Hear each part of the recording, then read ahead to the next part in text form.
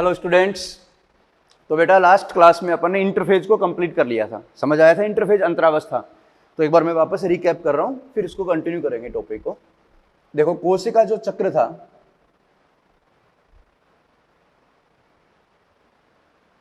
उसमें दो मुख्य प्रावस्थाएं थी, याद रखना बेटा।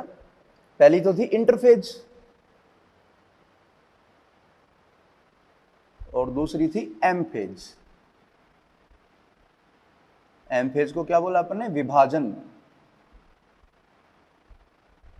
प्रावस्था। ठीक है, इंटरफेज सबसे लंबी प्रावस्था थी। सारे पॉइंट मैंने बताए थे। इंटरफेज को अपन ने 3 फेजेज में डिवाइड किया था, G1 S G2। Okay, interphase कोशिका चक्र की सबसे लंबी प्रावस्था थी जिसमें 95% से भी अधिक समय व्यतीत होता है। और एम फेज उससे काफी छोटी प्रावस्था है। इंटरफेज के दौरान याद करो बेटा, आपका सेल जो है उसकी ग्रोथ हो गई थी, वृद्धि कर गई थी। इसके अलावा इंटरफेज में डीएनए का क्या हुआ था? रेप्लिकेशन एस के दौरान, एस प्रावस्था के दौरान। तो यहां पर कंडीशन क्या आ गई थी? 2C से 4C। और जो क्रोमोजोम है वो किस में आ गए थे बेटा? मोनाड से डायाड में। ये याद रखना पड़ेगा बेटा आपको ये बातें। मोनाड से डायाड कंडीशन आ गई थी, मतलब एक क्रोमोजोम में अब 2 पुत्री या संतति अर्धगुणसूत्र जो है उनका निर्माण हो गया था। अब एम फेज में क्या करना है बेटा? आपको विभाजन करना है। एक कोशिका से 2 कोशिका बनानी है। जो गुणसूत्र डुप्लीकेटेड थे उनको वितरित करना है 2 केंद्रकों में और 2 कोशिकाओं में। तो जो एम फेज है उसकी अपन अब बात करेंगे बेटा। जो एम फेज है उसके अंदर 2 प्रावस्थाएं होंगी। देखो अभी बता देता हूं, फिर बात करते हैं। एक तो कैरियोकाइनेसिस और दूसरा होगा साइटोकाइनेसिस। कैरियोकाइनेसिस में फिर 4 प्रावस्थाएं होंगी जिनकी अपन बातें करेंगे। प्रोफेज, मेटाफेज, एनाफेज तथा टीलोफेज। ओके बेटा, जिनकी अपन बातें अब करने वाले हैं। ठीक है, तो इस प्रकार से पूरे कोशिका चक्र को अपन कंप्लीट करेंगे। इंटरफेज अपनी कंप्लीट हो गई थी, सेल G2 में आ गई थी। G2 के बाद अब कैरियोकाइनेसिस में जाएगी, फिर पहले प्रोफेज में, मेटाफेज, टीलोफेज, उसके बाद में जाएगी साइटोकाइनेसिस में। और साइटोकाइनेसिस के बाद आपको पता है बेटा, एक सेल से 2 सेल बन जाएंगे, जो आपको पूरा भी इसको कंप्लीट करना है। तो इंटरफेज आपको समझ में आ गई थी। अब आज अपन स्टार्ट करेंगे एम फेज, विभाजन प्रावस्था। बिल्कुल शॉर्टेस्ट है, लेकिन इसमें बहुत नाटकीय प्रक्रम होते हैं। इसलिए नाटकीय, सबसे ज्यादा सर्वाधिक नाटकीय जो प्रावस्था वो कौन सी कहलाती है? M phase. देखना इसमें क्या क्या नाटक होंगे बेटा। आपके एनसीईआरटी के स्टेटमेंट है सारे। तो अपन स्टार्ट करें एम प्रावस्था। ठीक है, ये रिकैप करवाया वैसे ही। तो आज अपन स्टार्ट करते हैं एम फेज को। बेटा सुनने पे जो ध्यान देना, पहले लेक्चर को बहुत ध्यान से सुनना होता है, फिर सुनते सुनते समझना होता है, उसके बाद में नोट्स बना के उसको वापस रिवाइज करना होता है, ताकि आपके दिमाग में भी वो कॉन्सेप्ट क्लियर हो जाए। तो आज अपन स्टार्ट करते हैं एम प्रावस्था, एम फेज। ओके, विभाजन प्रावस्था। तो इसके कुछ पॉइंट्स हैं, पहले उन पॉइंट पे अपन पहले विचार करेंगे, उसके बाद में इसको आगे कंटिन्यू करेंगे अपन बिल्कुल सरल तरीके से। ठीक है, लेकिन सारे स्टेटमेंट सुनने बेटा आपको। ये जो एम फेज होती है, सारे पॉइंट एक एक पॉइंट समझाऊंगा बेटा। ये कोशिका चक्र की सर्वाधिक नाटकीय अवस्था होती है।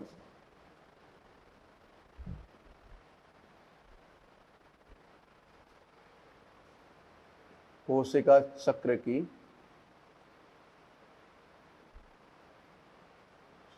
सर्वाधिक नाटकीय अवस्था होती है। अभी जब इसको स्टडी करेंगे समझ में आएगा क्यों नाटकीय होती है। अगला पॉइंट यह है, कोशिका चक्र की सबसे छोटी प्रावस्था होती है।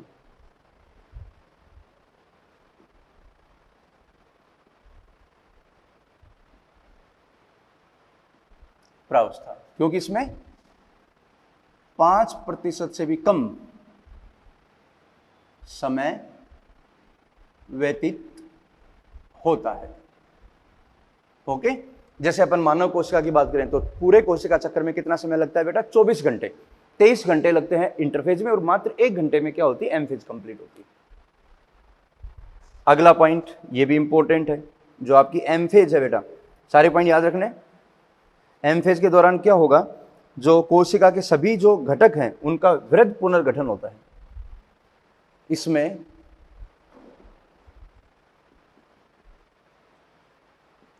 कोशिका के सभी घटकों का वृहद पुनर्गठन होता है। जैसे G2 प्रावस्था में याद करो बेटा, डीएनए डुप्लीकेट कंडीशन में है, एस में हो गया था, बहुत सारे कोशिकांग बन गए थे, वृद्धि हो गई थी, तो कोशिका को 2 कोशिकाओं में विभाजित करेंगे अपन, केंद्रक से 2 केंद्रक बन जाएंगे, तो उनका क्या होगा? पुनर्गठन होगा, बिल्कुल सही तरीके से।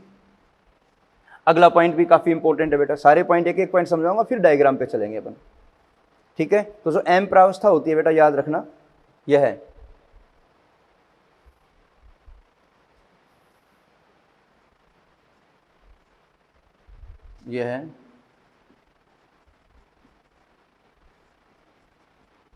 केंद्रक विभाजन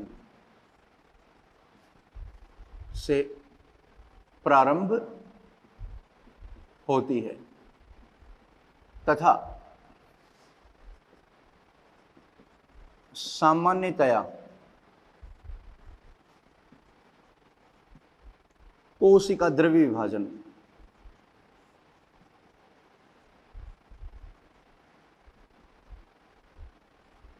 से समाप्त होती है।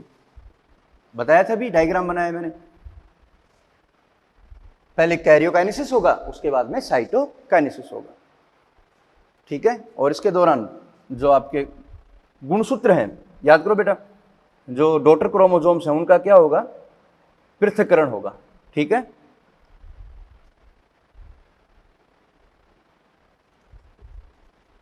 पुत्री गुणसूत्रों का पृथक्करण होता है, ठीक है? यहां तक की बात क्लियर? जो पुत्री गुणसूत्र है, जो एस प्रावस्था में बने थे, उनको पृथक किया जाएगा और 2 केंद्रकों में वितरित किया जाएगा, ठीक है? तो ये सारे पॉइंट्स किसमें कंसीडर करेंगे अपन?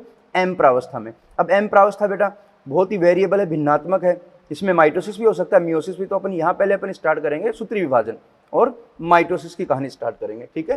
तो ये एम प्रावस्था की मैंने बेसिक बातें बताई हैं। क्या करना है एम प्रावस्था में? फिर से सुन लो, ये सेल थी बेटा, G2 से अब किस में आएगी? एम प्रावस्था में। एम प्रावस्था में जाने के बाद देखो ये एम फेज, एम फेज में क्या हो जाएगा? एक कोशिका से 2 कोशिकाएं बन जाएंगी, ये होगी आपकी एम फेज। इंटरफेज के बाद एम फेज। लेकिन इसमें कौन कौन सी घटनाएं होंगी, क्या होगा, तो उनकी बातें करेंगे। तो अपन एम फेज में सबसे पहले स्टार्ट करेंगे समसूत्री विभाजन, ठीक है? ये पॉइंट बना लेना। अब अपन यहाँ माइटोसिस की कहानी स्टार्ट करेंगे, ठीक है?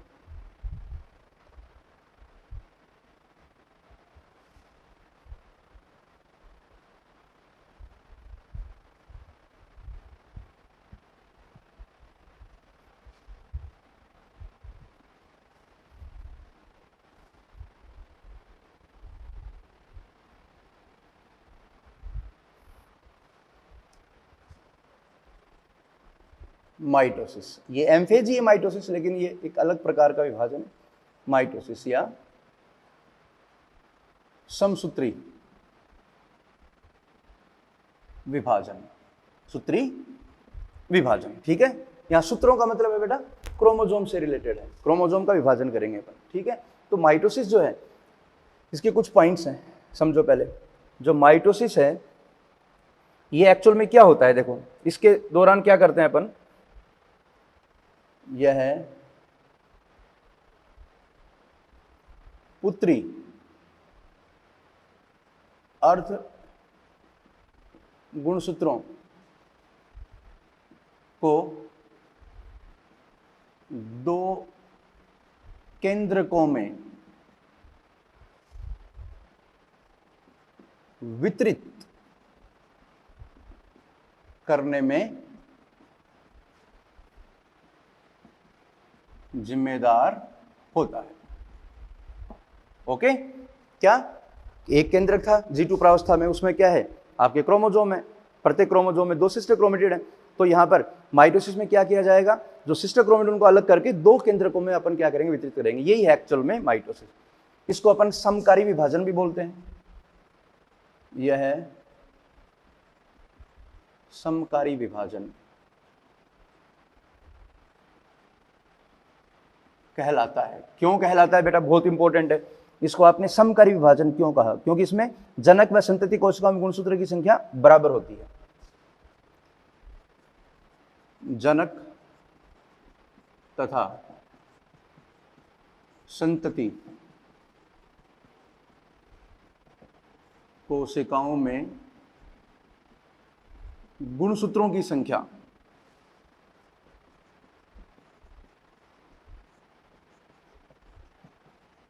समान होती है। जैसे मान लो कोई 2n है सेल, उसका विभाजन हुआ तो बनने वाली दोनों कोशिकाओं में भी क्या होगा बेटा, 2n 2n, तो क्या होगी, संख्या समान होगी। अगला पॉइंट, माइटोसिस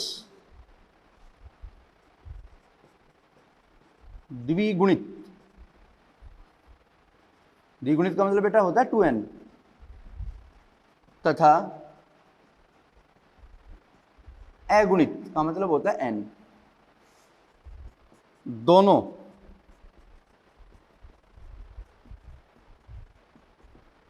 कोशिकाओं में होता है। ओके, सामान्यतः जंतुओं की बात करें तो द्विगुणित कोशिकाओं में होता है, पादपों में द्विगुणित में भी होता है और अगुणित में भी होता है। जो लोअर प्लांट है वहां पर अगुणित में भी माइटोसिस होता है। लेकिन याद रहे, गुणसूत्रों की संख्या हमेशा क्या बनी रहेगी बेटा, समान बनी रहेगी। ठीक है, यहां तक की बात समझ में आ गई। ये कोशिका विभाजन एक प्रगतिशील प्रक्रिया है। इसमें विभिन्न अवस्थाओं के बीच स्पष्ट रूप से विभाजन करना मुश्किल है, इसलिए इसको अपन अलग अलग प्रावस्था में बांट के स्टडी करेंगे। माइटोसिस को सिंगल डिवीजन भी कहते हैं, इसे सिंगल डिवीजन भी कहते हैं, क्योंकि इसमें विभाजन एक बार होता है, इसलिए इसको सिंगल डिवीजन भी कहते हैं। अब मैंने आपको बताया माइटोसिस को अपन विभिन्न प्रावस्थाओं में बांटेंगे। जैसे ये रहा आपका माइटोसिस, देखो बेटा समझो, ये बनाना है आपको, फिर आगे बढ़ेंगे। माइटोसिस में केंद्रक विभाजन, पहले क्या होगा, केंद्रक विभाजन, फिर उसके बाद में क्या होगा बेटा, कोशिका विभाजन या कोशिका द्रव्य विभाजन। केंद्रक विभाजन को 4 प्रावस्थाओं में बांटा जाता है। ये चारों प्रावस्थाएं वो आपको याद रखनी पड़ेंगी, सीक्वेंस। उसके बाद में एक एक करके देखो, इनको अब अपन क्या करेंगे, रीड करेंगे। पूर्वावस्था, मध्यावस्था, पश्चावस्था और अंत्यावस्था। ये लो, अंग्रेजी और हिंदी दोनों लिख रहा हूं अभी तो मैं। प्रोफेज,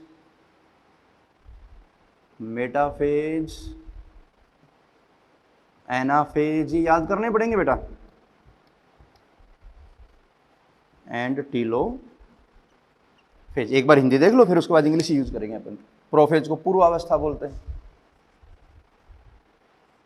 पूर्वावस्था। मेटाफेज को मध्यावस्था, एनाफेज को पश्चावस्था और टीलोफेज को अंत्यावस्था। ठीक है, इंग्लिश में याद रखना इजी रहेगा। और यहां पर क्या होगा, कोशिका विभाजन होगा। देखो एक बार मैं समझाता हूं हल्का सा आपको, ताकि दिमाग में पिक्चर क्लियर रहे। जैसे ही सेल एक G2 में थी ना ये बेटा, G2 में एक केंद्रक था, केंद्रक में क्रोमेटिन है। जैसे सेल केंद्रक विभाजन को पूरा करेगी तो यहां देखो इसका रिजल्ट होगा, ये जो सेल है उसमें 2 केंद्रक बन जाएंगे। ये क्या हो गए बेटा, 2 न्यूक्लियस हैं। 2 केंद्रक बन गए, एक केंद्रक से 2 केंद्रक जो निर्मित हो गए। अब कोशिका विभाजन में जाएगी तो यहाँ पर ये दोनों केंद्रक अलग अलग कोशिकाओं में वितरित कर दिए जाएंगे, तो एक सेल से 2 सेल बन जाएगी। तो ये तो कहलाएगा केंद्रक विभाजन, जिसके परिणाम स्वरूप एक केंद्रक से 2 केंद्रों का निर्माण होता है। और यहाँ पर कोशिका विभाजन क्या हो जाएगा, दोनों केंद्रक अलग अलग कोशिकाओं में विभक्त हो जाएंगे, तो ये कोशिका विभाजन हो जाएगा। या बोल दो इसको कोशिका द्रव्य विभाजन। ओके, कोशिका द्रव्य, साइटोकाइनेसिस, साइटोकाइनेसिस ज्यादा उचित रहेगा, कोशिका द्रव्य विभाजन। ठीक है, अब एक एक करके इन सारी चीजों की अपन स्टडी करेंगे। करें स्टार्ट बेटा। तो माइटोसिस स्टार्ट कर दिया अपन ने। सबसे पहले अपन केंद्रक विभाजन की बात करेंगे। तो माइटोसिस को मुख्य रूप से 4 प्रावस्थाओं में बांटा गया है, पूर्वावस्था, मध्यावस्था, पश्चावस्था और अंत्यावस्था। तो यहां से इसकी कहानी स्टार्ट करते हैं अपन। ठीक है, तो ये आपको मेंशन करना है और एक एक करके आप स्टडी करनी है। बहुत इजी है बेटा, लेकिन ध्यान देना, बीच में टॉपिक को मत छोड़ देना, नहीं समझ नहीं आएगा। बिल्कुल एक एक पॉइंट पे फोकस करते चलना है आपको।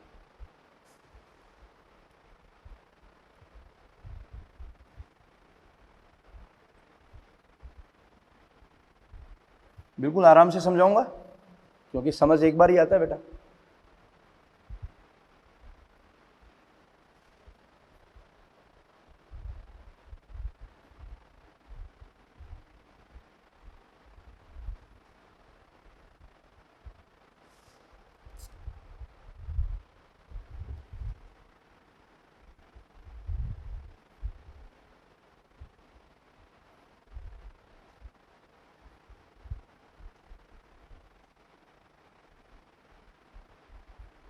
ठीक है, तो अब शुरू करते हैं अपन।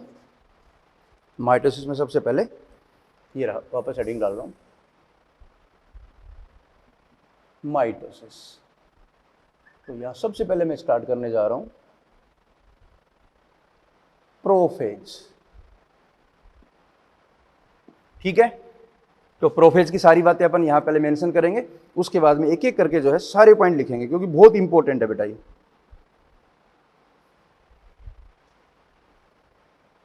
पहला पॉइंट, ये होती है आपकी पहली स्टेज, प्रोफेज की, माइटोसिस की पहली स्टेज।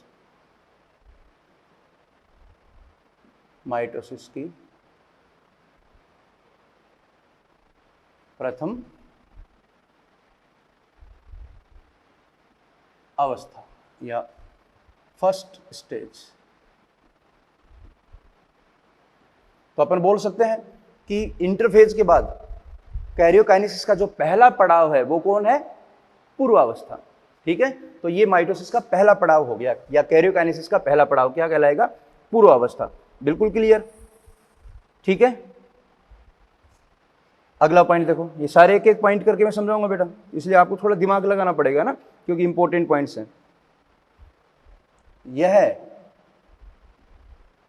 माइटोसिस की सबसे लंबी प्रावस्था होती है। ओके, माइटोसिस की सबसे लंबी प्रावस्था कौन सी होती है? प्रोफेज। याद रखना, माइटोसिस में 4 प्रावस्थाएं हैं ना, प्रोफेज, मेटाफेज, एनाफेज, टेलोफेज। तो सबसे लंबी कौन होगी? प्रोफेज।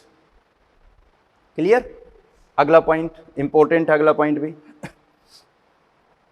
जो प्रोफेज है उसके कुछ कैरेक्टर हैं बेटा, क्या क्या होगा प्रोफेज में, ये सारी चीजें अपन यहां पर मेंशन करेंगे। ठीक है, कब प्रारंभ होगी प्रोफेज? यह है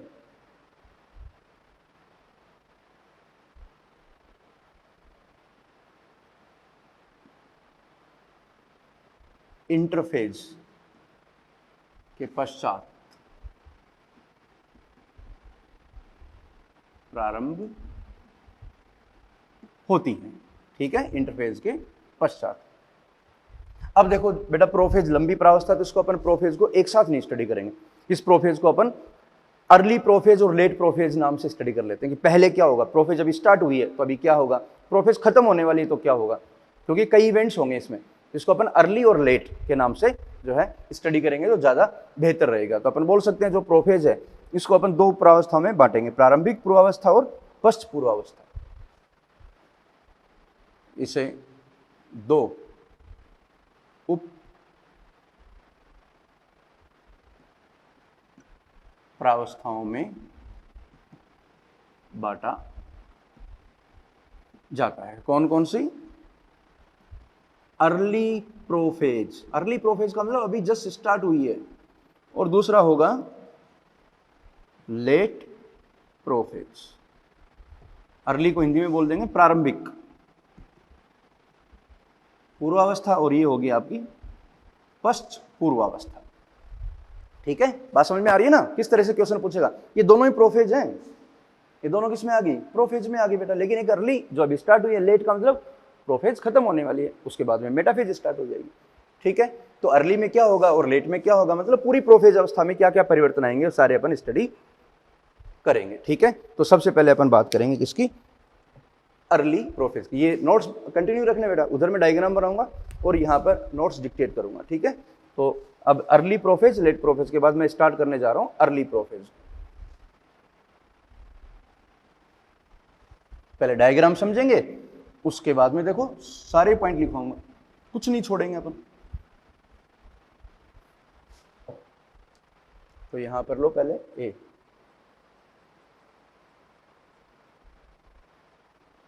अर्ली प्रोफेज, समझे। चलो पहले डायग्राम, उसके बाद में पॉइंट्स लिखवाएंगे। जी लो बेटा,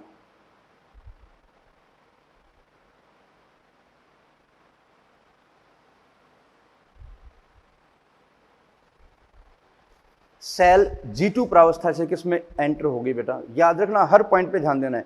G2 प्रावस्था पड़ी थी, खत्म होगी, अब कौन सी स्टार्ट होगी, प्रोफेज। और आपको पता है कोशिका चक्र एक क्रमिक घटना है, सारी चीजें होती रहेंगी कंटिन्यूअसली, तो आपको वहां डिफाइन करना पड़ेगा कि कौन सी प्रावस्था खत्म होगी, कौन सी प्रारंभ हुई है। और माइक्रोस्कोप में देख के अपन बता सकते हैं कि हाँ ये अभी स्टार्ट हुई है, ये कंप्लीट होने वाली है। वो कब, उनकी घटनाओं को देख के, वो सब बातें बताऊंगा मैं। जैसे G2 खत्म हो गई, G2 से प्रोफेज इनिशिएट हुई, तो कैसे पता लगा कि प्रोफेज प्रारंभ हो गई। तो याद रखना बेटा, आपको पता है G2 प्रावस्था में केंद्रक था, ये कौन था, केंद्रक, क्योंकि इंटरफेज है G2, उसमें केंद्रक था, ठीक है। उसमें ER भी होगी बेटा, आपको पता है, उसमें गोल्जी बॉडी भी होगी और उसमें केंद्रिका भी होगी, ठीक है। तो देखो सेल G2 से, और याद करो बेटा सेंट्रोसोम, भूल मत जाना कुछ भी, सेंट्रोसोम कितने थे, 2 थे, क्योंकि वो एस प्रावस्था के दौरान डुप्लीकेट हो गए थे। ये बातें आपको याद रहनी चाहिए बेटा, मैं फिर कह रहा हूं, ये पॉइंट्स आपके जहन में होने चाहिए, तब आएगा मजा। सेंट्रोसोम डुप्लीकेट हुआ था इस प्रावस्था में, तो 1 से 2 हो गए थे सेंट्रोसोम। ये लो, ये G2 अवस्था में, और केंद्रक में क्या है, क्रोमेटिन फाइबर है जो डबल हो चुका है। तो G2 से अब कौन सी आएगी, अर्ली प्रोफेज। अब क्या होगा अर्ली प्रोफेज में, सारी बातें करेंगे। तो एक एक पॉइंट पे आपको ध्यान देना बेटा। सुनो, पहला पॉइंट, इसके अंदर थे क्रोमेटिन फाइबर, तो जैसे ही G2 कंप्लीट होगी तो जो क्रोमेटिन है न्यूक्लियस में, उसका संघनन प्रारंभ हो जाएगा। क्या हो जाएगा, संघनन प्रारंभ हो जाएगा, कंडेंसेशन स्टार्ट हो जाएगा। और संघनन प्रारंभ होते ही क्रोमेटिन जो है वो अलग अलग गुणसूत्रों के रूप में दिखाई देना स्टार्ट हो जाएगा। याद करो, बहुत पहले बताया था मैंने, क्रोमेटिन जब संघनित होता है तो गुणसूत्र दिखने लग जाते हैं, लेकिन जब संघनन प्रारंभ हुआ है तो लंबे और पतले गुणसूत्र दिखेंगे, क्लियर नहीं होते। तो देखो जैसे ही अर्ली प्रोफेज स्टार्ट होगी तो ये लंबे लंबे ये गुणसूत्र जो डायाड में है बेटा, सब बता रखा है मैंने डायाड में, ये दिखना प्रारंभ हो जाएंगे। याद करो अपन ने 4 क्रोमोसोम लिए थे, बताया था, तो ये गुणसूत्र दिखाई देंगे आपको, लेकिन लंबे हैं और पतले, स्पष्ट नहीं है क्योंकि लंबे और पतले हैं।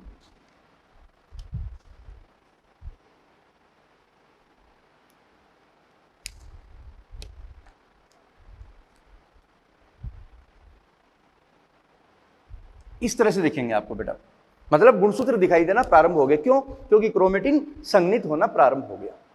तो सबसे पहला, सबसे इंपॉर्टेंट जो पॉइंट है, सारे पॉइंट लिखूंगा मैं, ये प्रोफेज में चल रहे हैं लेकिन इसमें आपने विभक्त कर दिया कि अर्ली है वो लेट है। तो जो सबसे पहला जो मुख्य पॉइंट है वो क्या होगा, आप बताओगे बेटा, बहुत इंपॉर्टेंट है। गुणसूत्रीय पदार्थ के संघनन का प्रारंभ ही पूर्वावस्था की पहचान है। ये लो, क्रोमेटिन क्या होता है, क्रोमेटिन गुणसूत्रीय पदार्थ, गुणसूत्रीय पदार्थ के संघनन का प्रारंभ, ठीक है, क्रोमेटिन के संघनन का प्रारंभ ही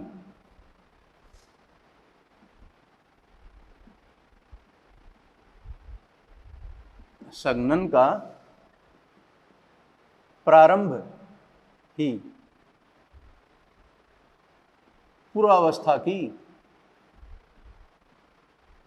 पहचान है। इसका मतलब क्रोमेटिन संघनित होना प्रारंभ हो गया, इसका मतलब कौन सी प्रावस्था आ गई, पूर्वावस्था। प्रोफेज की पहचान होगी कि प्रोफेज स्टार्ट हो गई, और स्टार्ट होती है उसको क्या बोलते हैं, अर्ली प्रोफेज। तो कह सकते हैं कि जो क्रोमेटिन है, ये लो बेटा, क्रोमेटिन, NHC प्रोटीन, याद करो बेटा NHC प्रोटीन कौन होती है? नॉन स्टोन क्रोमोसोमल प्रोटीन, याद आया? नॉन स्टोन क्रोमोसोमल प्रोटीन से बंधित होकर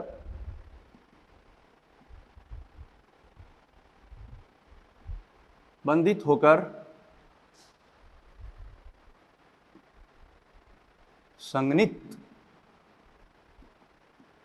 होता है। ये फोल्ड हो जाएगा बेटा, इसकी फोल्डिंग स्टार्ट हो जाएगी, संघनित होता है तथा गुणसूत्र धीरे धीरे दिखाई देने लगते हैं। लेकिन आपको पता है गुणसूत्र तो दिखाई किससे देंगे? लाइट माइक्रोस्कोप से, प्रकाश सूक्ष्मदर्शी द्वारा। ऐसे नहीं कि आप सीधा नेक्ट आई से देख लोगे, उससे समझ लगेंगे। लाइट माइक्रोस्कोप में गुणसूत्र दिखाई देना स्टार्ट हो जाएंगे। देखो ये गुणसूत्र दिखाई देना प्रारंभ हो गए। ये पॉइंट समझ में आ गया बेटा? तो NHC प्रोटीन जो है क्रोमेटिन के साथ बाइंड होंगे तो संघनन प्रारंभ हो जाएगा, क्योंकि यहां पर क्रोमेटिन की उच्च स्तरीय पैकेजिंग होगी, कंडेंसेशन हो गया, तो वो जो क्रोमेटिन फाइबर था वो क्रोमोसोम में बदल जाएगा और क्रोमोसोम धीरे धीरे दिखना स्टार्ट होंगे। ऑब्वियसली क्रोमोसोम कैसे दिखेंगे? लंबे और पतले। गुणसूत्र लंबे तथा पतले दिखते हैं, मतलब साफ साफ नहीं दिख रहे, लेकिन दिखाई देना प्रारंभ हो गए। देखो यहां पर ये गुणसूत्र दिख रहे हैं, तो गुणसूत्रों के जो टीलोमर है, देखो ये तो सेंट्रोमियर हो गया बेटा, और टीलोमर जो एंड है वो केंद्रक झिल्ली से जुड़े हुए हैं। देखो केंद्रक झिल्ली से जुड़े हुए हैं, ठीक है? तो यहां देखो जैसे ही ये दिखाई देंगे तो केंद्रक झिल्ली से ये जुड़े हुए हैं, तो अपन बोल सकते हैं कि जो केंद्रक है, केंद्रक गोलाकार हो जाता है। केंद्रक राउंडेड हो जाएगा बेटा। पहले केंद्रक की शेप कैसी हो, लेकिन जैसे ही दिखेंगे कि धक्का मारेंगे तो केंद्रक कैसा हो जाएगा? बिल्कुल राउंडेड। जैसे ऊन का गोला कैसे दिखाई देगा आपको? ऊन के गोले की भांति दिखाई देगा केंद्रक, ठीक है? ये पॉइंट हो गया बेटा, बहुत इंपॉर्टेंट पॉइंट है सारे, ये याद रखने पड़ेंगे आपको, ठीक है? अगला पॉइंट देखो, क्रोमोसोम दिखना स्टार्ट हो गए, उसके बाद ये जो सेंट्रोसोम है, देखो दो सेंट्रोसोम, ये अपने अपने ध्रुवों की ओर गति करना, गमन करना प्रारंभ कर देंगे। ऐसे देखो, ये एक सेंट्रोसोम इधर जाएगा, एक सेंट्रोसोम इधर जाएगा, तो अपन कह सकते हैं तारक केंद्र, तारक काय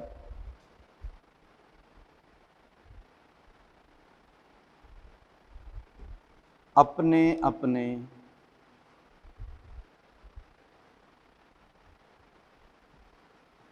ध्रुवों, अपने अपने ध्रुवों की ओर गमन करना प्रारंभ करते हैं, ठीक है? चलो अगला पॉइंट, ये अपने अपने ध्रुवों की ओर गमन करना। देखो ये अर्ली प्रोफेज चल रहा है, उसके बाद क्या होगा? उसके बाद जो केंद्रक झिल्ली है उसका भी डिसइंटीग्रेशन प्रारंभ हो जाएगा। जो केंद्रक झिल्ली है वो टूटना स्टार्ट हो जाएगी बेटा। ये भी इंपॉर्टेंट पॉइंट है, याद रखना बेटा, सारे पॉइंट इंपॉर्टेंट है। यहां पर जो मैंने क्या बताया, जो केंद्रक झिल्ली है वो क्या हो जाएगी बेटा? डिसइंटीग्रेट हो जाएगी। केंद्रक झिल्ली क्या होगी? डिसइंटीग्रेट होना स्टार्ट हो जाएगी, मतलब अदृश्य होना स्टार्ट हो जाएगी, ठीक है? ये लो,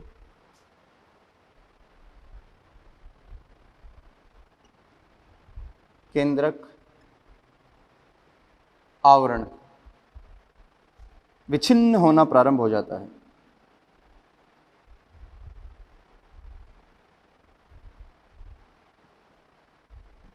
होने लग जाता है, मतलब डिसइंटीग्रेशन प्रारंभ हो गया। तो ये देखो, ये बीच बीच में विच्छिन्न होना स्टार्ट हो जाएगा, क्योंकि केंद्रक आवरण को क्या होना है बेटा?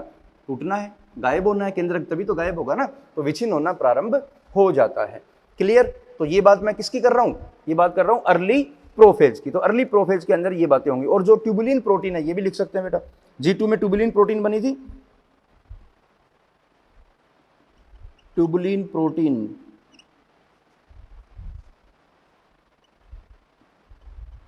की असेंबली स्टार्ट हो जाती है। ठीक है, ट्यूबुलिन प्रोटीन असेंबल होकर माइक्रोट्यूब्यूल बनाएगी और थोड़ी देर बाद ही माइक्रोट्यूब्यूल से स्पिंडल फाइबर बनना प्रारंभ हो जाएंगे। तो ये हो गया आपका अर्ली प्रोफेज।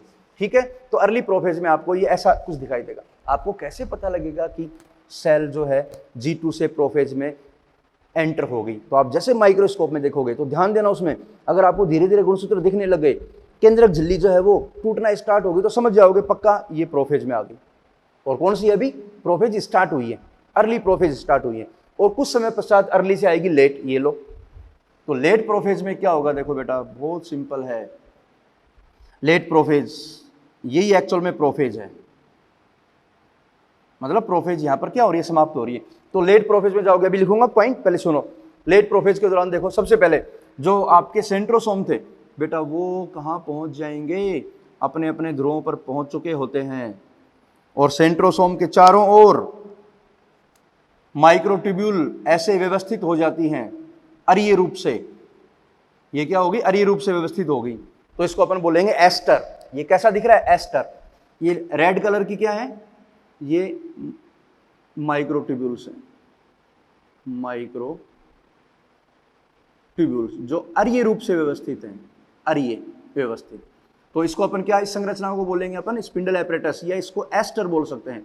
ये देखो एस्टर जैसा, तारे जैसा दिखाई देगा। तारा रात को चमकता है ना, तो ऐसे रेडिएट आउट होती हैं, वो किरणें निकलती हैं, तो ये एस्टर जैसा। और इसी को अपन बोलते हैं स्पिंडल एपरेटस, तर्क उपकरण, स्पिंडल एपरेटस। बेटा समझना है आपको, इसलिए हर चीज बता रहा हूं मैं डायग्राम में, नहीं रटना पड़ जाएगा। ये स्पिंडल एपरेटस, दो स्पिंडल एपरेटस बन गए। एम्फी एस्ट्रल हो गया, ये एक एस्टर इधर एक एस्टर इधर, दोनों पोल पे एम्फी एस्ट्रल स्पिंडल एपरेटस। किसका कैरेक्टर है? एनिमल सेल का, क्योंकि पादप कोशिका में तो सेंट्रोसोम होता ही नहीं है, तो वहां तो एनेस्ट्रल होगा स्पिंडल एपरेटस, जो अपन बता देंगे। ठीक है, तो ये बात होगी किसकी? सेंट्रोसोम की, जो अपने ध्रुवों पर पहुंच गया, लेट प्रोफेज में आ गए। उसके बाद देखो क्या होगा, जो केंद्रक आवरण है वो बेटा गायब हो जाएगा। केंद्रक आवरण क्या हो गया? केंद्रक झिल्ली पूर्ण रूप से क्या हो जाएगी बेटा? डिसइंटीग्रेट हो जाएगी। तो अब आपको केंद्रक आवरण दिखाई नहीं देगा। और जो गुणसूत्र हैं वो पहले से थोड़े और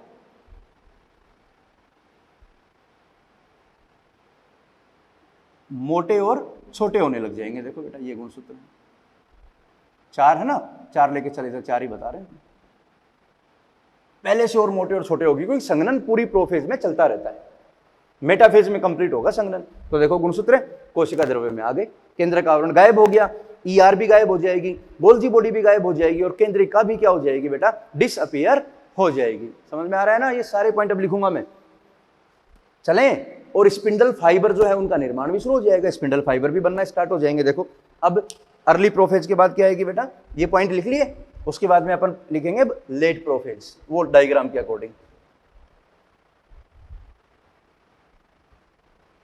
पॉइंट सारे मेंशन करने बेटा, क्योंकि मैं थोड़ा एक्स्ट्रा लिखवाऊंगा, तभी ये चीजें क्लियर होंगी।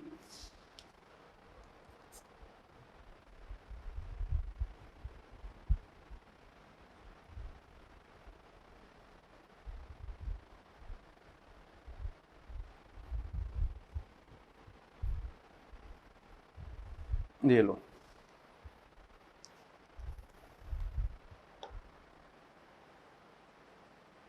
Late prophase. देखो इसमें सारे पॉइंट मेंशन कर रहा हूं मैं, लेट प्रोफेज में क्या क्या होगा। ठीक है,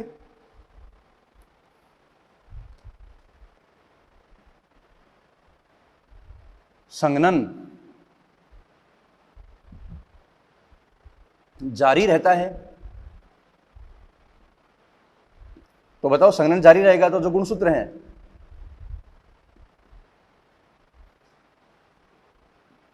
पहले से मोटे तथा छोटे हो जाएंगे, मतलब और ज्यादा स्पष्ट दिखाई देंगे।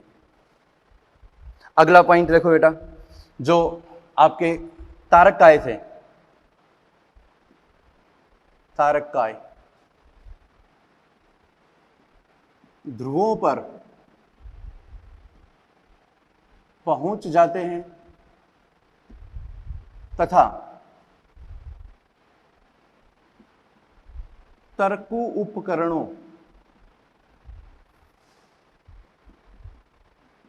का निर्माण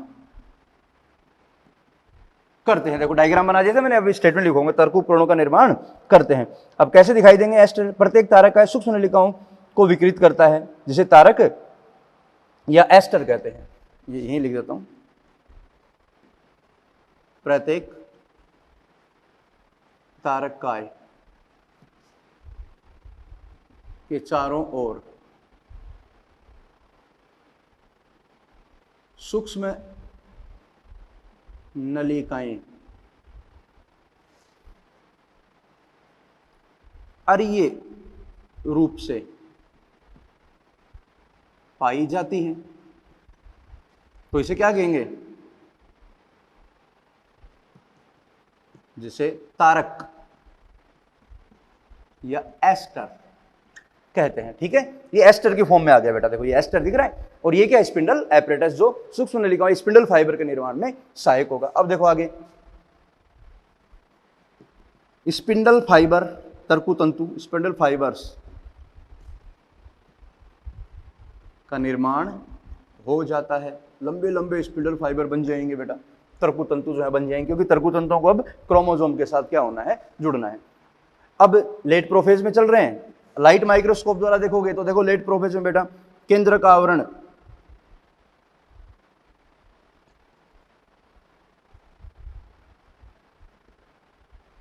केंद्रक आवरण, केंद्रिका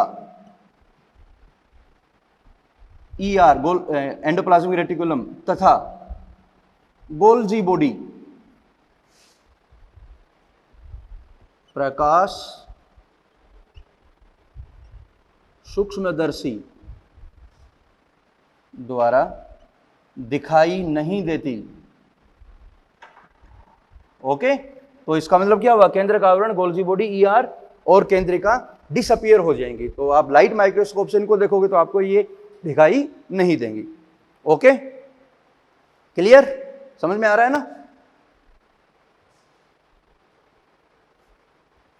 चलो आगे चलते हैं। तो ये जो घटनाएं हैं ये किसकी हैं बेटा? ये है आपकी लेट प्रोफेज की, और इनको सबको शामिल कर लो तो क्या हो जाएगी? प्रोफेज हो जाएगी। ये क्या है? प्रोफेज। तो जब भी प्रोफेज की बात करें तो आप इस पे आ जाओ, क्योंकि यहां प्रोफेज क्या हो रही है? कंप्लीट हो रही है।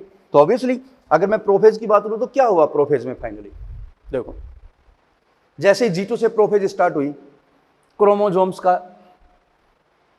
निर्माण हुआ, दिखने लग गए, क्रोमेटिन संघनित हो गया। क्लियर? तारक काय अपने अपने ध्रुवों पर पहुंच जाएंगे, स्पिंडल फाइबर्स का फॉर्मेशन हो जाएगा, केंद्रक गायब हो जाएगा। आप बोल दो केंद्रक गायब हो गया, केंद्रक आवरण नहीं रहा तो केंद्रक कहां से रहेगा? केंद्रक डिसअपियर, केंद्रिका डिसअपियर, गोल्जी बॉडी, ER क्या हो जाएंगे? डिसअपियर हो जाएंगे। तो आपको गुणसूत्र कहां दिखाई देंगे? ये कोशिका द्रव्य में पड़े दिखाई देंगे, क्योंकि केंद्रक अब नहीं रहा। केंद्र की जगह आपको स्पष्ट गुणसूत्र दिखाई देने लग गए बेटा। याद करो, अपन ने बहुत पहले स्टेटमेंट लिखा था न्यूक्लियस में कि कोशिका विभाजन की विशिष्ट प्रावस्थाओं में केंद्र की जगह स्पष्ट ठोस गुणसूत्र दिखाई देते हैं, वो यही है। क्लियर बात? तो देखो ये केंद्र गायब हो गया, ये प्रोफेज आपकी कंप्लीट होगी। तो प्रोफेज में जो घटनाएं वो सारी अपन ने बेटा मेंशन कर ली हैं। देख लो यहां ये गुणसूत्र जो दिख रहे हैं कैसे हैं बेटा? ये डायाड है ना। ये गुणसूत्र कैसे हैं? याद करो, डायाड मैंने बताया था। डायाड का मतलब इसमें 2 क्रोमेटिड हैं, एक गुणसूत्र में 2 क्रोमेटिड हैं, प्रत्येक गुणसूत्र में 2 क्रोमेटिड हैं, जो आपस में सेंट्रोमियर पर क्या है? जुड़े हुए हैं। ये सारी बातें कर चुके हैं अपन। ठीक है, तो अब प्रोफेज के बाद मैं स्टार्ट करने जा रहा हूं बेटा मेटाफेज। क्लियर ना? Prophase complete. प्रोफेज की सारी घटनाओं पे बेटा ध्यान देना। आपको दोनों डायग्राम बनाने, पूछेगा डायग्राम के अकॉर्डिंग क्वेश्चन। गुणसूत्र दिखाई देने लग गए, पूरी प्रोफेज में कंडेंसेशन चलता रहता है। ठीक है, तो ये आपका देखो लेट प्रोफेज है, मतलब यहाँ प्रोफेज समाप्त होगी। तो बताओ प्रोफेज के दौरान केंद्रक गायब, ER गोल्जी बॉडी केंद्रिका गायब, गुणसूत्र छोटे और मोटे हो गए और दिखाई देना स्टार्ट हो गए, बढ़िया वाले दिखाई देंगे। तारक केंद्र कहाँ है? तारक काय कहाँ है? अपने अपने ध्रुवों पर पहुंच गए और किसका निर्माण करेंगे? स्पिंडल एपरेटस, तर्क उपकरण का निर्माण करेंगे। जिसके चारों ओर माइक्रोट्यूब्यूल अरीय रूप से व्यवस्थित होगी, तो ये एस्टर तारे जैसे दिखाई देते हैं, इसलिए क्या कहेंगे यहां पर एम्फी एस्ट्रल हो गया ये। तो जंतु कोशिका में स्पिंडल एपरेटस कैसा होता है बेटा, याद रखना, यहीं पर ही देखो, एनिमल सेल में एम्फी एस्ट्रल स्पिंडल एपरेटस होता है, एम्फी एस्ट्रल स्पिंडल एपरेटस होता है। लेकिन पादप कोशिका में बेटा एस्टर होगा ही नहीं, पादप कोशिका में सेंट्रोसोम होते ही नहीं है, तो क्या बोलोगे, anastral, anastral spindle apparatus. तो जंतु कोशिका में स्पिंडल एपरेटस कौन बनाता है, तारकाय बनाता है, पादप कोशिका में होता नहीं है तो एन एस्ट्रल कहलाएगा। और वहां पर कौन होती है, प्रोटीन होती है जो स्पिंडल एपरेटस का निर्माण करती है। स्पिंडल एपरेटस पादप और जंतु दोनों कोशिकाओं में बनेंगे कोशिका विभाजन के दौरान, लेकिन जंतु कोशिका में स्पिंडल एपरेटस एम्फीएस्ट्रल होता है, तारकाय द्वारा बनाया जाता है। लेकिन पादप कोशिका में तारकाय नहीं होता तो उसको क्या बोलेंगे, एनेस्ट्रल। तो किसका बना होता है, प्रोटीन्स का बना होता है। वहां पर ये नहीं होंगे, वहां पर कुछ प्रोटीन्स होती हैं जो स्पिंडल एपरेटस का निर्माण करती हैं। क्लियर बात यहां तक की? अब ये बातें समझनी पड़ेगी बेटा आपको। देखो, प्रोफेज स्टार्ट हुई, मैं फिर एक बार रिवाइज कर रहा हूं क्योंकि स्टार्ट किया अभी, तो प्रोफेज इंपॉर्टेंट है। जैसे ही G2 से प्रोफेज प्रारंभ होगी, क्रोमेटिन का संघनन प्रारंभ हो जाएगा, और क्रोमेटिन के संघनन का प्रारंभ ही पूर्वावस्था की पहचान है। तो आप माइक्रोस्कोप में देख के बता सकते हो कि प्रोफेज स्टार्ट होगी, क्योंकि क्रोमेटिन संघनित होगा और गुणसूत्र जो है, गुणसूत्र, ठोस गुणसूत्र आपको दिखाई देना स्टार्ट हो जाएंगे।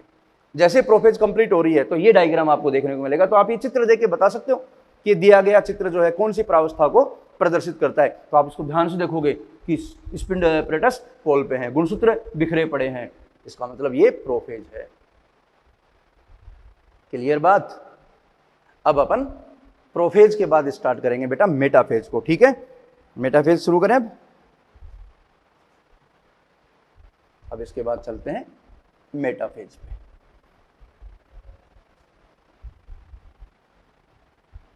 डायग्राम चलेंगे बेटा, डायग्राम इंपॉर्टेंट है बस इसमें।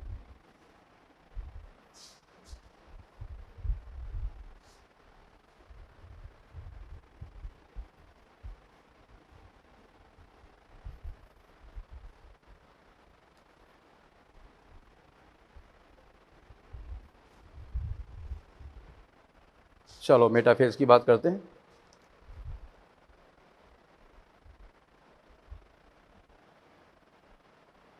मेटाफेज मध्यावस्था, ठीक है? तो इसके पॉइंट्स पे अपन फोकस करते हैं। मध्यावस्था की सारी बातें अपन करेंगे, डायग्राम भी बनाएंगे, लेकिन बेटा समझते जाना है। फिर मैं कह रहा हूं ये भी इंपॉर्टेंट स्टेज है। तो अपन बोल सकते हैं जो मध्यावस्था है वो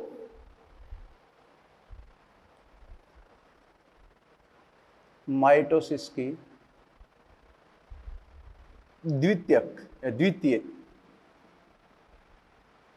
प्रावस्था होती है। तो आपको कैसे पता लगेगा कि मध्यावस्था प्रारंभ हो गई और प्रोफेज खत्म हो गई? इस डायग्राम को देख के। तो देखो, इसका बहुत इंपॉर्टेंट पॉइंट है बेटा, कथनों पे ध्यान देना आप। तो केवल केंद्रक आवरण के पूर्ण रूप से विघटित होने के साथ ही केंद्रक आवरण के पूर्ण रूप से विघटित होने के साथ ही मध्यावस्था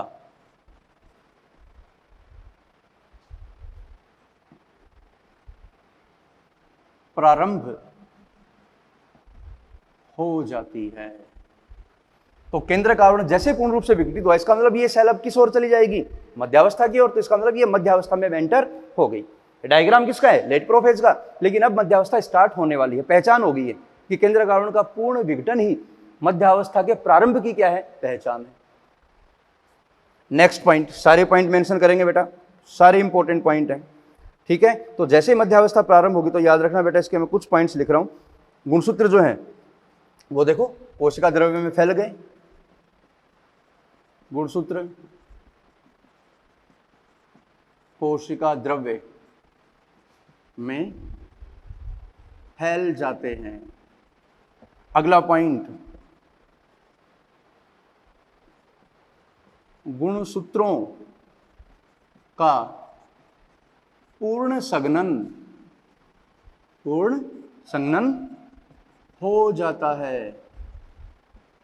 अतः ये अत्यधिक छोटे तथा मोटे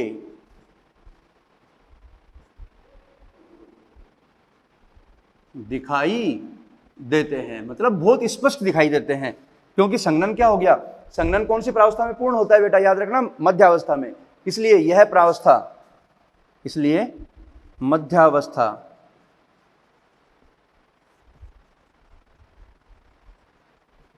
गुणसूत्रों के अध्ययन के लिए सबसे बेस्ट कौन सी होगी बेटा, याद रखना सबसे बेस्ट कौन सी होती है, गुणसूत्रों की आकृति का अध्ययन करना है आपको। अगर मॉर्फोलॉजी का या गुणसूत्रों का अध्ययन, मध्यावस्था गुणसूत्रों के अध्ययन के लिए सर्वाधिक उपयुक्त होती है। क्यों होती है सर्वाधिक उपयुक्त बेटा, क्योंकि ये पूर्ण रूप से संघनित हो गए तो बहुत स्पष्ट दिखाई देंगे। कैसे, अब मैं डायग्राम से देखो समझाता हूं। जैसे ये लेट प्रोफेज थी, अब ये किस में आ जाएगा, मेटाफेज में। देखो यहां बनाऊंगा मैं मेटाफेज। जैसे मेटाफेज प्रारंभ होती है तो उसको अपन बोलते हैं ट्रांजिशन टू मेटाफेज या अर्ली मेटाफेज। दोनों का डायग्राम बनाएंगे। पहले देखो मेटाफेज का,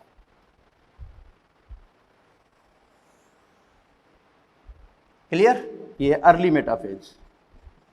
आपको सारे डायग्राम कंटिन्यू बनाने हैं बेटा, ठीक है। अर्ली मेटाफेज, या बोल दो ये पूर्वावस्था से किस में आ रही है, ये मध्यावस्था की ओर आ रही है, तो मध्यावस्था की ओर परिवर्तन। देखो ये लेट प्रोफेज से क्या आ गई, अर्ली मेटाफेज या मध्यावस्था की ओर परिवर्तन, मतलब ये अर्ली मेटाफेज। अभी मेटाफेज स्टार्ट हुई है तो देखो क्या होगा, ये तो सेंट्रोसोम थे आपके, इनमें ये क्या थी, माइक्रोट्यूब्यूल्स, तो एस्टर थे ये। गुणसूत्र जो है अभी आपने बताया कहाँ आ गए, साइटोप्लाज्म में, और पहले से बहुत मोटे और छोटे हो जाएंगे क्योंकि संघनन पूर्ण हो जाएगा, तो ये पहले से और मोटे, देखो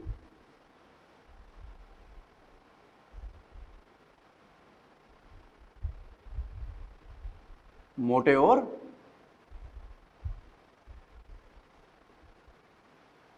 ये छोटे दिखाई देते हैं। बस कथनों पे ध्यान देना बेटा आपको, और कुछ नहीं इस चैप्टर में। तो देखो गुणसूत्र और स्पष्ट हो गए ना बेटा, पहले से और मोटे और छोटे। बातें याद रखनी पड़ेंगी। और कितने गुणसूत्र दिखाई दे रहे हैं बेटा, 4, क्योंकि आपने स्टार्टिंग में 4 ही लिए थे। तो ये देखो आ गई। अब इसमें क्या होगा, देखो प्रत्येक गुणसूत्र में 2 सिस्टर क्रोमेटिड हैं। एक गुणसूत्र कितने सिस्टर क्रोमेटिड का बना है, 2 का। 2 हो गए ना, ये डायग्राम अपन ने पहले बनाया था। अब ये जो गुणसूत्र हैं इनमें बेटा बीचों बीच क्या है, ये सेंट्रोमियर, और सेंट्रोमियर के दोनों ओर होती है काइनेटोकोर। याद करो, बता रखा है, ये गुणसूत्र की संरचना में बताया था मैंने। ये कौन है, काइनेटोकोर, जो सेंट्रोमियर के दोनों ओर पाई जाती है। और इन काइनेटोकोर पे आ जाएंगे बेटा आपके स्पिंडल फाइबर। देखो यहां से स्पिंडल फाइबर निकलेंगे और ये गुणसूत्र के साथ जुड़ेंगे।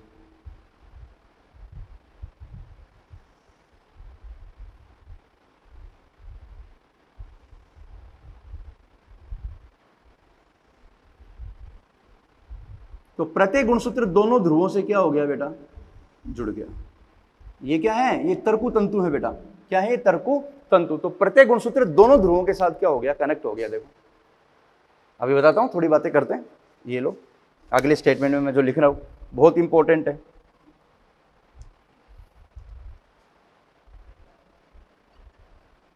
मध्यावस्था गुणसूत्र 2 पुत्री गुणसूत्रों का, 2 संतति अर्ध गुणसूत्रों का बना होता है।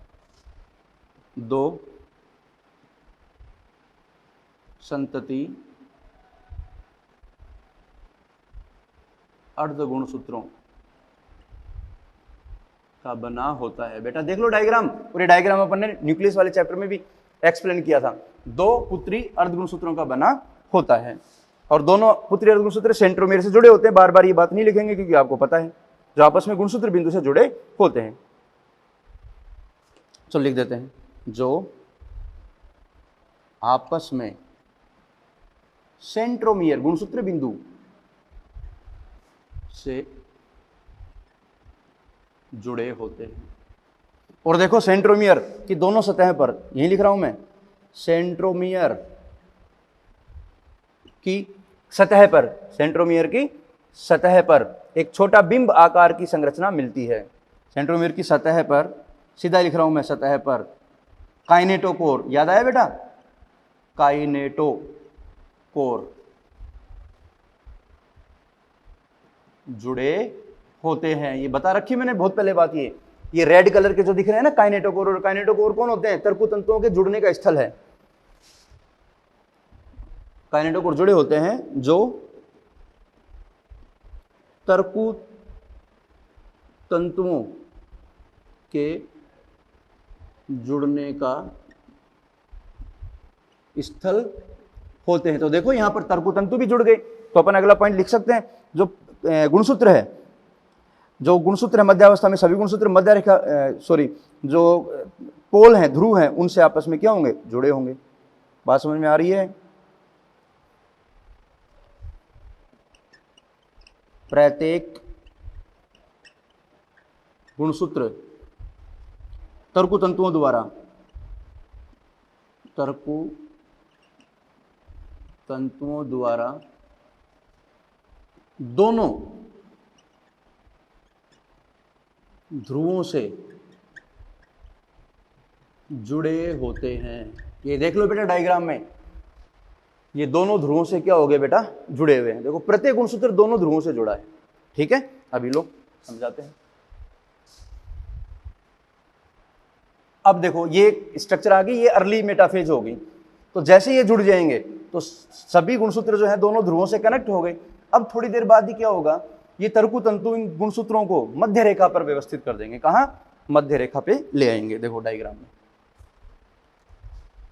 ये लेट मेटाफेज हो जाएगा बेटा, या इसको मेटाफेज बोल दो। एक्चुअल में यही मेटाफेज है जो मैं बना रहा हूं, या ये है लेट मेटाफेज। तो ये गुणसूत्र देखो, अब ये सारे गुणसूत्र लाइन में आ जाएंगे बेटा, इसकी मध्य रेखा पर व्यवस्थित हो जाएंगे। कैसे? ऐसे। ये तो कौन है बेटा? स्पिंडल एपरेटस, और गुणसूत्र यहां पर आ जाएंगे।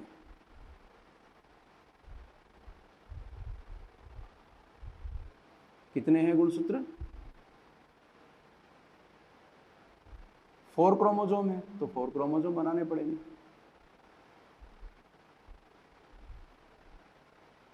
ये चारों गुणसूत्र हैं। बिल्कुल कहां होंगे बेटा? ये मध्य रेखा पर। ठीक है, मध्य रेखा पे मानना इनको। और ये आपस में किससे जुड़े हुए हैं? आपको पता है, ये स्पिंडल फाइबर से जुड़े हुए हैं, काइनेटोकोर की सहायता से। तो गुणसूत्र कहां पे आ गए? मध्य रेखा पर। ये ब्लू कलर की लाइनें क्या है बेटा? ये है तर्कु तंतु है। ये क्या है? ये तर्कु तंतु। ठीक है, अब देखो ये जो है बीचों बीच जो इस पे, जिस प्लेट पे ये आके व्यवस्थित होगी, इसको अपन बोलते हैं मध्यावस्था पट्टिका। ये क्या है? मध्यावस्था पट्टिका। ये वाले जो तर्कु तंतु हैं, ये तो है बेटा सतत तर्कु तंतु, सतत तर्कु तंतु। और ये वाले हैं बेटा गुणसूत्रीय तर्कु तंतु, जो गुणसूत्रों से जुड़े हैं, गुणसूत्रीय तर्कु तंतु। और इसको अपन बोलते हैं, इसको मध्यावस्था पट्टिका।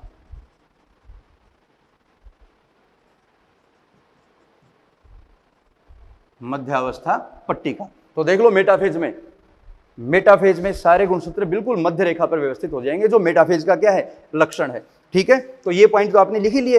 ठीक है, इसके बाद में बाकी के पॉइंट मैं ऊपर लिख रहा हूं ना, इसको कंटिन्यू रखना आपको। ये पॉइंट मेंशन करके, वो डायग्राम मेंशन करके अब यहां पे आ जाओ। तो बताओ, मध्यावस्था के दौरान गुणसूत्र मध्य रेखा पर व्यवस्थित हो जाते हैं, जो मध्यावस्था का क्या है? लक्षण है, कैरेक्टर है। बस यही तो होना है मध्यावस्था में बेटा, और क्या है? लिखते हैं पॉइंट, लिखें।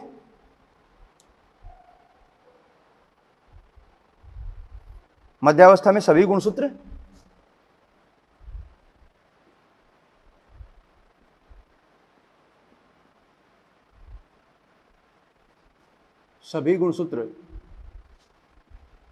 मध्य रेखा मध्य रेखा, ये बिल्कुल मध्य रेखा कहलाती है बेटा, इसको स्पिंडल इक्वेटर भी बोल देते हैं। तरकु मध्य होता है, ठीक है, भूमध्य रेखा होगी ना, ये लो अंग्रेजी में लिख देते हैं, स्पिंडल इक्वेटर या मध्य रेखा पर व्यवस्थित हो जाते हैं, गमन करेंगे मध्य रेखा की ओर और उस पर व्यवस्थित हो जाएंगे। और यह मध्यावस्था का विशिष्ट लक्षण है।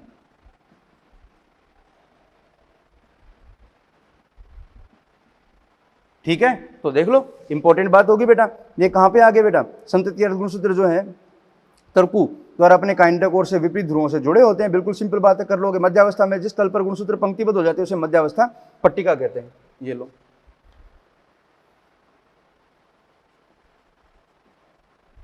मध्यावस्था में ठीक है, मध्यावस्था में जिस तल पर गुणसूत्र पंक्तिबद्ध होते हैं, जिस तल पर गुणसूत्र पंक्तिबद्ध होते हैं उसे मध्यावस्था पट्टिका कहते हैं। वो डायग्राम में बना रखा है मैंने बेटा, मध्यावस्था पट्टिका कहते हैं। ठीक है, तो ये सिंपल सी बातें होगी बेटा। मैं फिर कह रहा हूं, ये मध्यावस्था कंप्लीट हो गई आपकी। ये मेटाफेज में देखो क्या हुआ, आप तो मुझे बता दो, पूर्वावस्था से जब सेल मध्यावस्था में आई तो जो विशिष्ट घटनाएं हुई हैं वो क्या हुई हैं?